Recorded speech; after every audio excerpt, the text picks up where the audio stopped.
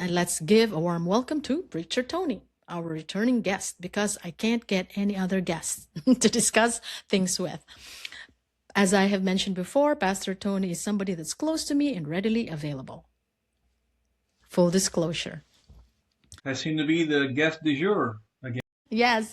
Yes, almost all of the time. Okay, Pastor. So far we've been talking about the Artemis II mission going to the moon, and we discussed about the 4 crewman members. I'm crewman number 2. I'm crewman number 2. Or was it crewman number 5? Is there air? Is there air? That's an inside joke, by the way. We love space. Was that Galaxy Galaxy Quest? Quest. We love Galaxy Quest. Oh man, we've watched it how many times already because it's funny. But anyway, right now, we're segueing actually from the moon topic to the mission of the moon, because the Artemis crew is not really necessarily landing on the moon itself, but it's going to orbit the moon, and it's even going to go to the dark side of the moon. Well, the Nazi bases are, right? So now be aware, everyone, that Preacher and we are not serious about these things. This is entertainment for us. For many, many people, they just gloss this over and dismiss it because it is too complicated to unpack. Right. So I've noticed in my algorithms anyway, right after I saw the launch live, because one wants to, I found it very breathtaking to see it. It's the second mission, or I'm sorry, it's the first mission after 50 plus years, right? On the attempt to go to the moon. It's the first time since Apollo 17 that they're sending manned crews to the moon.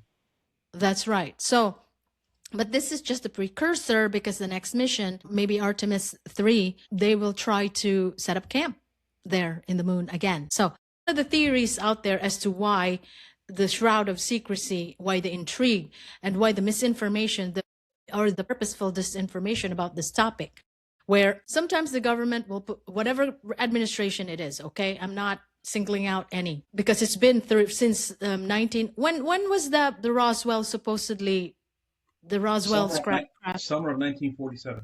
47. So since that time, there has been chatter about the UFO, about landings, about abductions, etc. Now, every now and again, the government will maybe put something out there to kind of whet our appetite, but then it'll grow cold, kind of purposefully. So that's why it is become such a phenomenon, an unbelievable type of phenomenon, that religions and cults are made out of it. Not just that, too.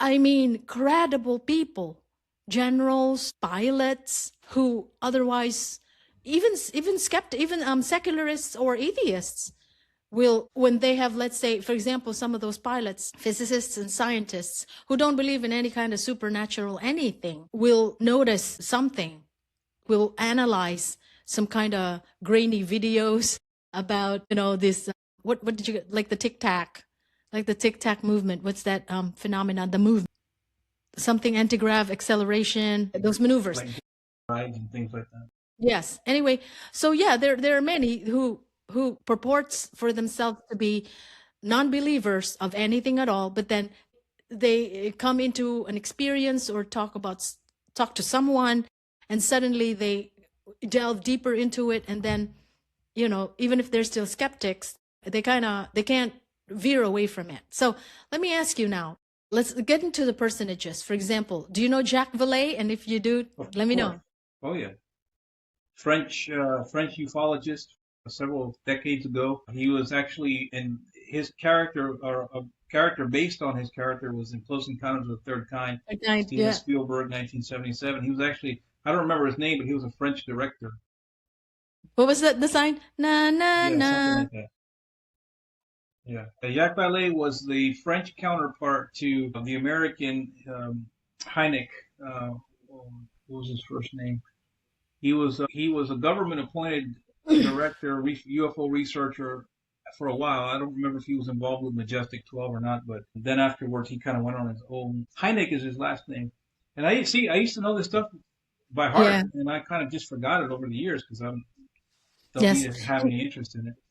Here more recently, really, David Ferver, Commander David Ferver. See, something like these that. Yeah. these are, I don't think these people are kooks. And also another pilot, I think it was Ryan Graves, I think also a Navy.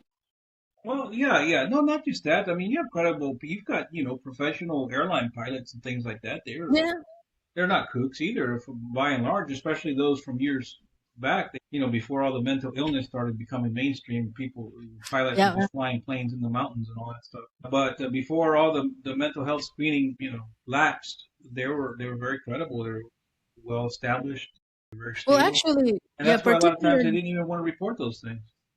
yes, indeed. And particularly also because of the rise of the use of DMTs again. Back in the 60s, they did the LSDs. There have been programs, and this is classified already. It's been Declassified. declassified, MKO. ultra and all that. And as well as doctors have come forward where, yeah, they said they've done experiments on soldiers, they've done experiments on even people who were easily suggestible.